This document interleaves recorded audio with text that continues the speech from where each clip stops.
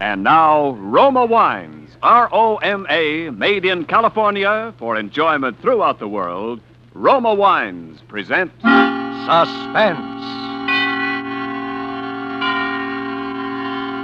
Tonight, Roma Wines bring you Mr. Jack Carson as star of Easy Money, a suspense play produced, edited, and directed for Roma Wines by William Spear. Suspense. Radio's outstanding theater of thrills is presented for your enjoyment by Roma Wines. That's R-O-M-A, Roma Wines. Those excellent California wines that can add so much pleasantness to the way you live, to your happiness in entertaining guests, to your enjoyment of everyday meals. Yes, right now, a glassful would be very pleasant as Roma Wines bring you Jack Carson in a remarkable tale of Suspense.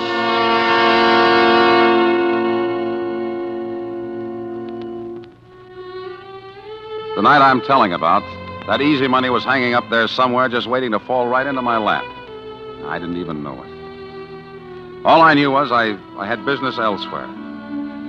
I was playing the piano at Mario's over in Brooklyn, but that night I slipped out early. I didn't even tell Ellen. I just left.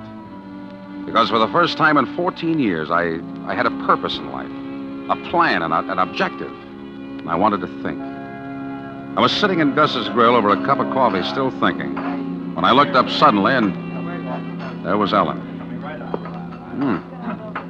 Where'd you come from? I followed you. I think I'll have something to eat, too. Girl can sure work up an appetite chasing a man. Look, go away, will you? I'm depressed. That's all the more reason you need me, darling. The food here is terrible. Some of Gus's customers have to be treated for shock. Let's go somewhere else. This is the only place where my credit's still good. I stopped at your rooming house yesterday. Somebody said you had to move. If you need money, Paul, why didn't you tell me? Because I'm through taking money from you. You're only borrowing it. Look, this is a terrible blow to my pride, darling, but for the 10th time, will you marry me? Nope. Why not? It'd make me terribly happy. You'd be happy for a month and miserable for the rest of your life. Is this a kind way of telling me that you don't love me? You're never out of my mind. Why, just walking in the street, I get lonely for you. Then marry me, Paul. I'd be good for you. I'd always be nagging you and driving you to work harder and get someplace. I'm just exactly where I belong, mauling a piano at Mario's for those lecherous leg breakers. Oh, I know better. You know, a couple of times I was there when you stayed after closing. And you thought you were all alone. I heard you playing.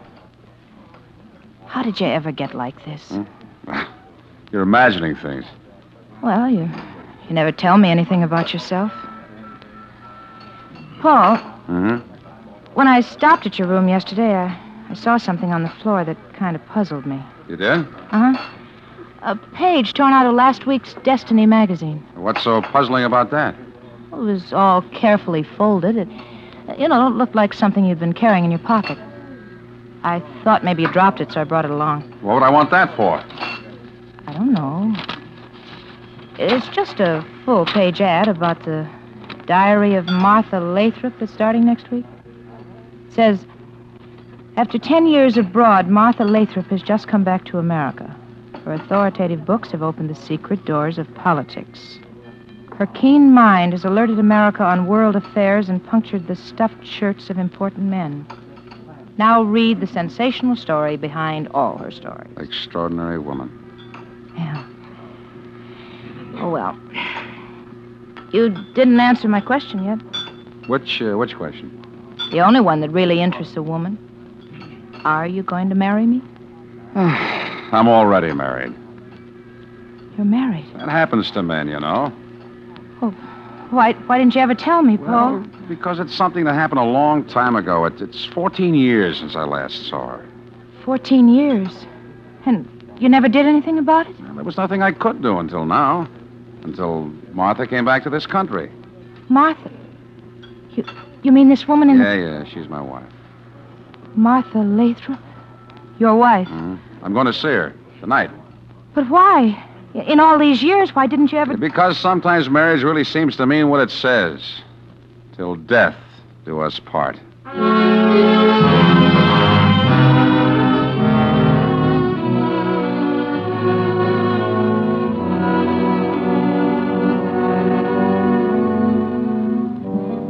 I left Ellen and went up there. She was living in a big converted brownstone on Gramercy Place overlooking the park. The door was opened by a rough-looking character who would have been a lot more convincing as a private dick than as a butler, which is what he was apparently supposed to be. For a moment, I wondered if he knew anything about me. If this watchdog might be the one person she could have told to warn him against me. But of course I was wrong.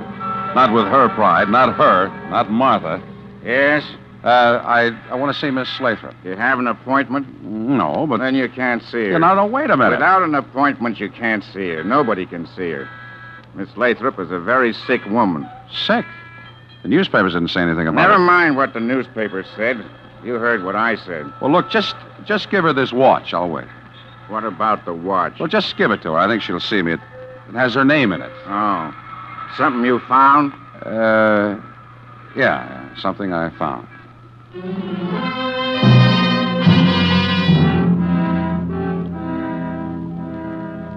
He took the watch and went upstairs. I knew the watch would work because Martha herself had given it to me as a wedding present.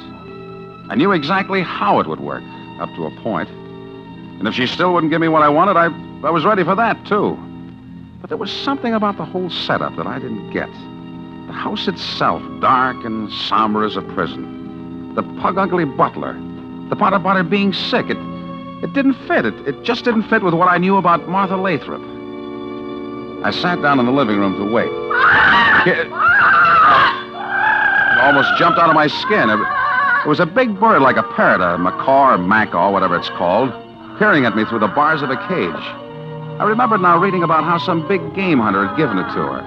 It was big and bright-colored and mean-looking, with a green stripe between its eyes, which gave a really quite startling impression that the thing was wearing spectacles. I was still staring at it when I turned and I saw Martha.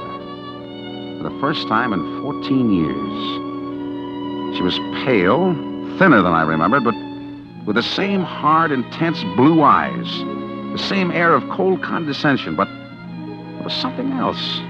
Suddenly I knew what it was. It was fear. A look of hidden fear that was almost shocking to me, who had always known Martha as utterly, even cruelly fearless. I was in for another shock. She didn't speak to me. She spoke to the butler. Robert, have you searched him? Not yet, Miss Lathrop. Please do. Turn around. Hey, what's the idea? I said turn around.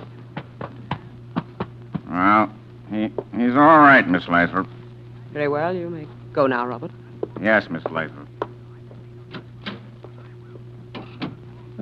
May I ask what that was all about?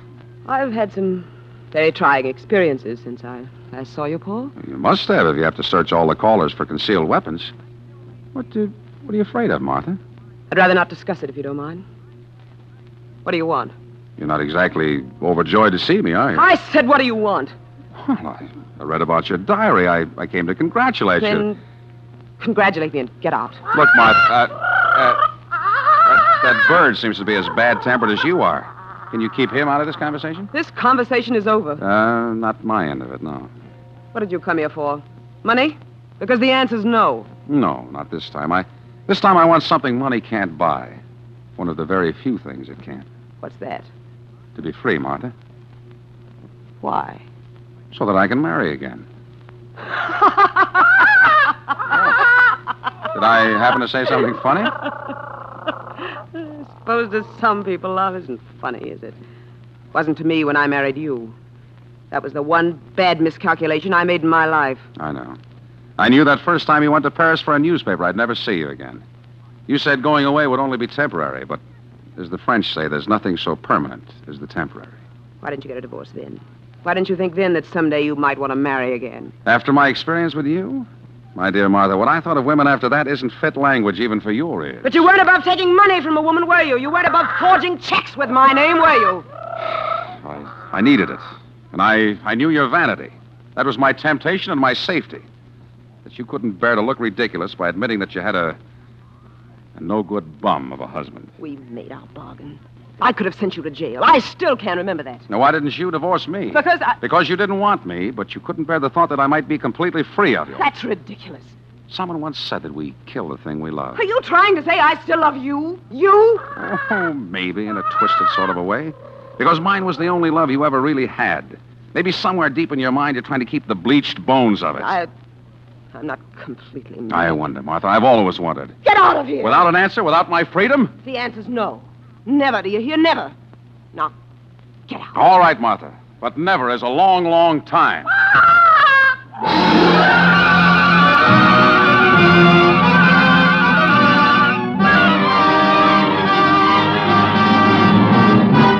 For Suspense, Roma Wines are bringing you Jack Carson in Easy Money, a radio play by Sidney Renthal. Roma Wines' presentation tonight in radio's outstanding theater of thrills, Suspense.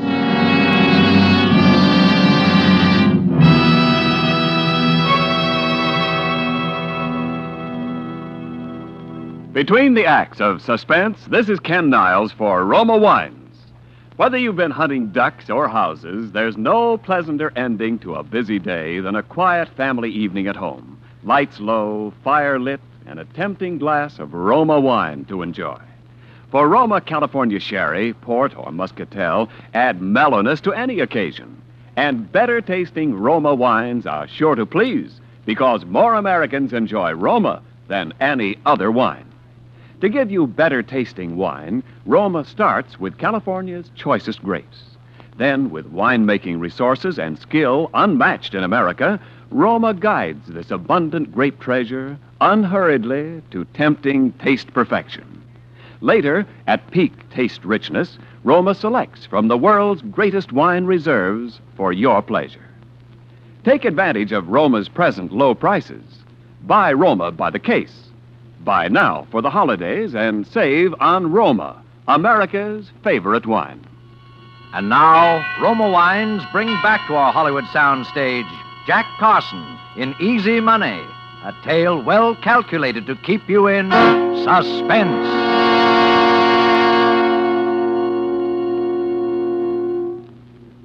So, Martha wouldn't give me a divorce. All right, I could have stood that. But that business about sending me to jail, that was different. And I knew my Martha. And I knew that now that she was back from Europe and could do it, she still hated me enough so that someday she'd yield to the temptation and would do it. Yeah, but that was all right, too. Martha wanted to play that way. I was ready. I was way ahead of her. In a place like Mario's, the customers we have, you can get a hold of almost anything you want, if you know who to ask.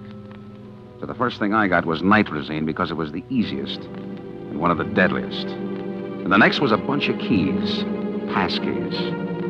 And that was all I needed. So the next night after I left Mario's, I just waited out in the park across the street. I was prepared to wait there every night for a week if I had to. But it was less than an hour. A taxi drove up in front of the house. A well-dressed, well-heeled looking gent got out and went in. The taxi waited. In about 10 minutes, he came out again with Martha, and they drove off. A little time after that, the butler left. I walked across the street. And the third key I tried let me in the door.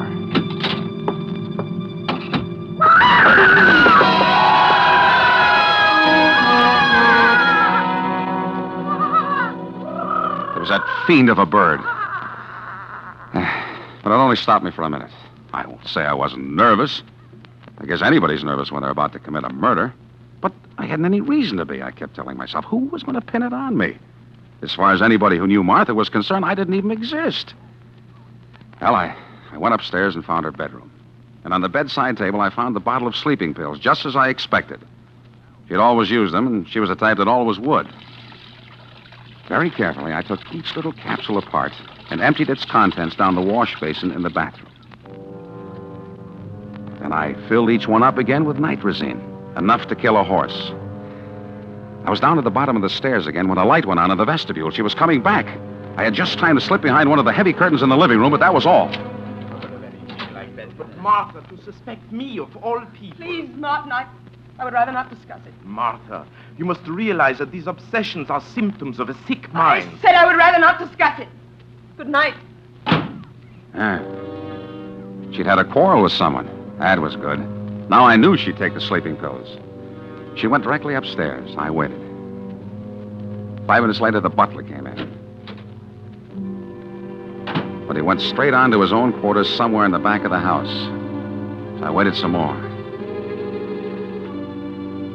It seemed like hours, but I suppose it was only a few minutes. I wondered if she'd taken the sleeping pills yet. I wondered if I'd hear her when she fell.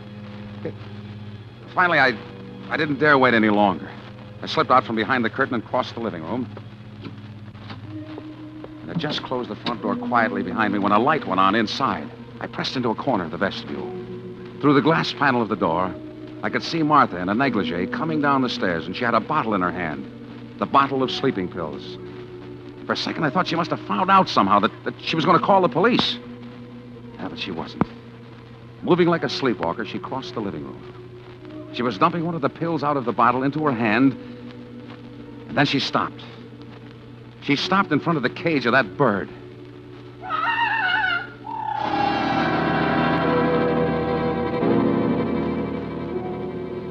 Suddenly, I saw the whole thing. The tough butler who said she was sick and searched people for weapons, the fear behind her eyes, the man she just quarreled with about obsessions and symptoms of a sick mind. Martha was insane. I watched while she took the sleeping pill in her fingers and held it through the bars of the cage for the bird. I saw the bird grab it in his beak, but I didn't wait for the rest. Softly as I could, I opened the outer door and went down to the street. Martha was insane. And because she was insane, because she thought people were trying to kill her, I couldn't kill her. Nobody could ever kill her.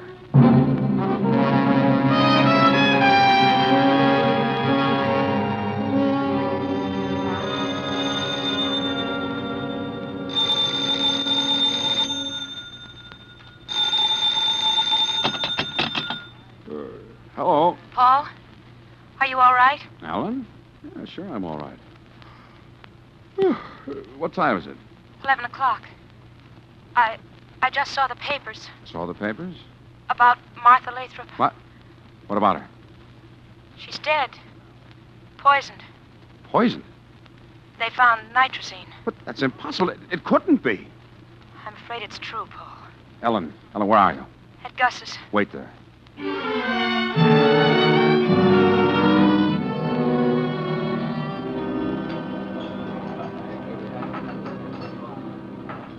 Paul, let's go away. With what? I've got a little money. Enough to get us to Chicago, maybe Los Angeles. We could change our names and start over again. But why, Ellen? Oh, you think I killed her, don't you? Paul, if you did, I know why you did. And I don't care. You're quite a gal, Ellen, but I didn't kill her. You were there. You said you were going... Yes, I was, but I didn't kill her, and I can prove it. Don't you believe me? Okay, paper. Paper, here you are. Read all about it. Extra paper. Wait a minute. Give me a couple of those. Yes, sir, here you are. All about the big murder. Murder? Yes, sir, you. Okay, pal, thanks. Paper, All right, now beat it. Okay, take it easy, will you? I gotta make a living, too. Paul, Yeah. it wasn't you.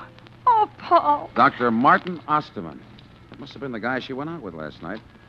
And they've got him cold. They quarreled publicly, a big restaurant. She said he was trying to poison her. He'd given her the prescription for the sleeping pills that killed her. Ellen, how would you like to have some real money and earn it? Easy money. Money? This Osterman is rich, filthy rich. But, Paul... If I can prove I didn't do it, I can prove that he didn't do it.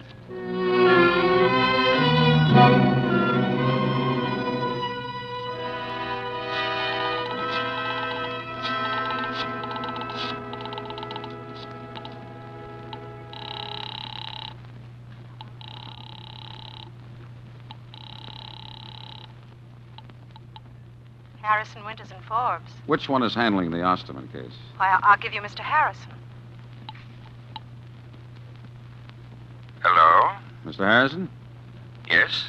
The papers say that you're Dr. Martin Osterman's lawyer, is that right? Well, yes, that's right. Who is this? Your client's in a pretty bad way, isn't he? Look here, I'm not in the habit of speaking over the phone to people You'll that speak to me, because I can prove he's innocent. You can what? That's what I said. I can prove it. Well, Mr. whatever your name is, if you have any evidence, I'd certainly be glad if you'd come down to my office and Well, talk. I'll send somebody else down, my secretary. She'll want money. Well, $50,000. $50,000. Yeah, you get in touch with Dr. Osterman and see if he doesn't think his life is worth that. What you're suggesting is not only against the law, but I don't care about the law, and I don't think Osterman will either. I'll have somebody down there in an hour. Can you arrange it by then? Well, possibly. All right. And we'll want the money in cash.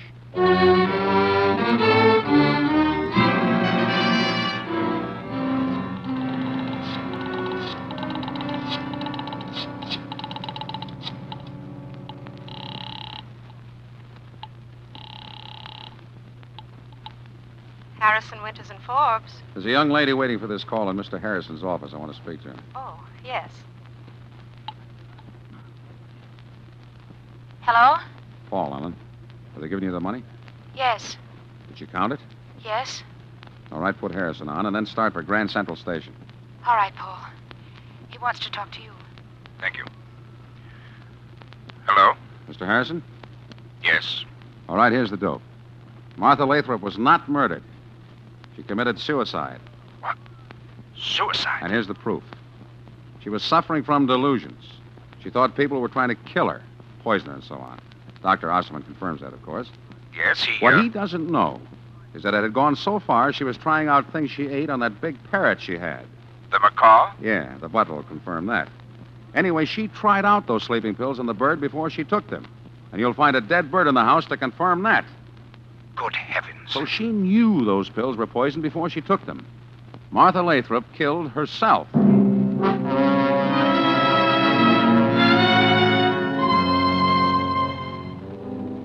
I must say they took it like a sport. They paid up and shut up. An hour later, Ellen and I were on a train speeding along the banks of the Hudson River bound for California. Oh, Paul. $50,000. Easy money. That must be the easiest money any man ever made in his life.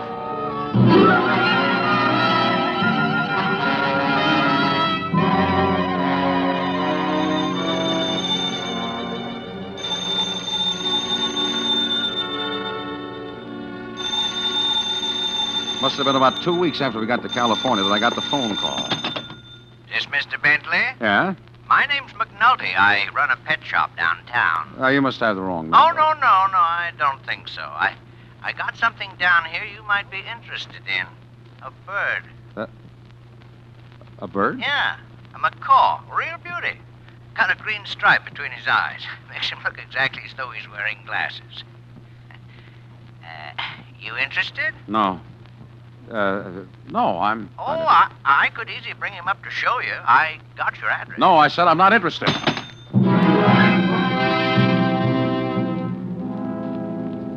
That night, I told Helen I'd found bugs in the place, so we moved. 2 nights later, I was alone, and there was a knock on the door.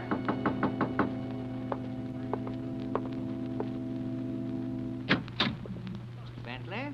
Yeah? What do you want? I brought the bird anyway, Mr. Bentley. I thought sure you'd want him when you saw him. Look, I said... had quite a time finding where you'd moved to, though. Oh, look, isn't he a beauty? Look, I told you that Ever see one like him before? Oh, they're very rare, very rare. What made you think I'd want him? I just thought you would. Don't you want him? How much? Well, now, like I say, that's a very rare bird. 500? Oh, yes, that'd be all right, Mr. Bentley. Here. Oh. Thank you, Mr. Bentley. And I'm sure you'll enjoy it. Now, get out. Yes. Good night, Mr. Bentley.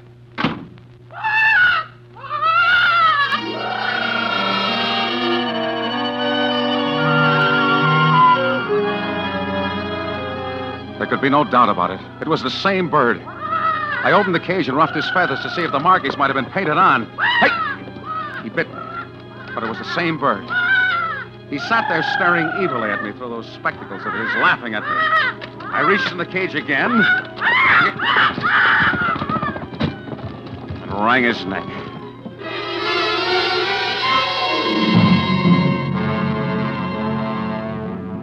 I wrapped the body up in a newspaper. I got a shovel out of the garage.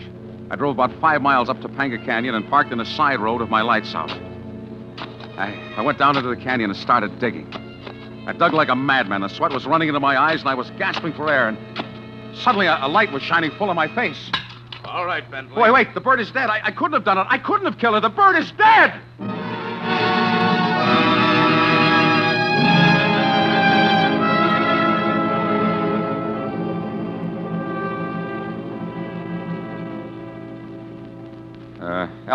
Ellen had nothing to do with it. She thought I was innocent all along. Okay, we got nothing against her. But the bird, Well, Bentley, that was what you might call psychological warfare. We knew you were guilty, though, when you bought it. I mean, the poison. Oh, we found poison, all right. Still traces on its beak and claws when we got there. But there was one thing we couldn't understand for quite a while. Dr. Ditmars of the Bronx Zoo finally tipped us off. But if Martha took the poison, I saw her give it to that bird. I saw the bird gobble it up. Why didn't it die? Yeah. You see, with this nitrazine, some birds can take that stuff by the spoonful, and it won't even faze them. You just picked the wrong kind of poison. And the wrong kind of bird.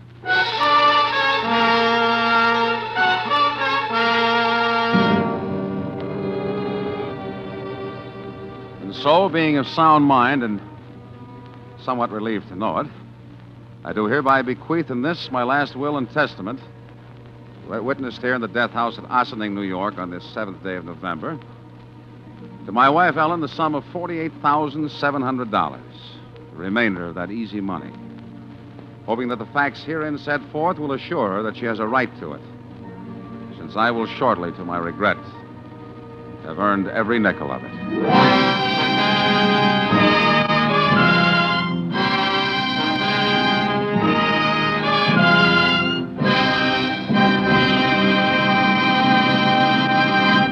Suspense.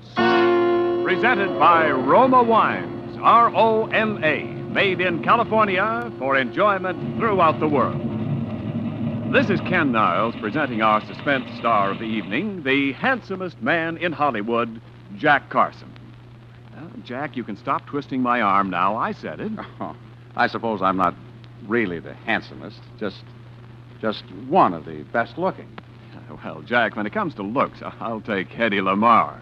But as an actor, believe me, Jack Carson ranks with the best. Gee, thanks, Ken. I'm sorry about your arm. Oh, that's all right, Jack. My arm is still in good enough shape to give you this gift basket of fine Roma wines with the compliments of Roma, your host tonight. Wonderful. That's a grand present, Ken. My thanks to Roma. So you folks really make me feel at home. Well, Roma Wine has a way of doing that, Jack. That's why your Roma gift basket includes Roma California Sherry. When friends drop in, share with them golden amber, fragrant Roma Sherry. Roma Sherry's tempting nut-like taste is the favorite of hosts and guests for afternoon or evening entertaining. And millions enjoy Roma Sherry daily as the perfect first call to dinner. I'll buy that, Ken. And, Jack, because Roma and only Roma selects from the world's greatest reserves of fine wines, Roma Sherry, like all Roma wines, is better tasting every time. Yes, no other vintner selects for your pleasure from so vast a treasure of good taste. No other vintner can equal Roma in winemaking skills and resources. No wonder more Americans enjoy Roma than any other wine. Makes sense to me, Ken. Well, I must be going. Thanks for everything, and sincerely, it's been a stimulating and exciting experience tonight for me. I never miss Suspense, and I've been looking forward to my appearance here for a long time. I hope you'll have me back again. Well, thank you, Jack. We thought you were great in your newest Warner Brothers picture, Two Guys from Milwaukee. And we'll be hearing you on your regular Wednesday night show for Campbell Soups. And give a listen to us next Thursday on Suspense. We'll have Hume Cronin as our star. I'll do that. Night. Next Thursday, same time, you will hear Hume Cronin as star of Suspense. Produced and directed by William Spear for the Roma Wine Company of Fresno, California. In the coming weeks, Suspense will present such stars as Judy Garland, Chester Morris, Olivia de Havilland, Cary Grant, Joseph Cotton, Roddy McDowell, and others. Make it a point to listen each Thursday to Suspense, radio's outstanding theater of thrills. Suspense is broadcast from coast to coast and to our men and women overseas by shortwave and through the worldwide facilities of the Armed Forces Radio Service. Stay tuned for the thrilling adventures of the FBI in peace and war, following immediately over most of these stations. This is CBS, the Columbia Broadcasting System.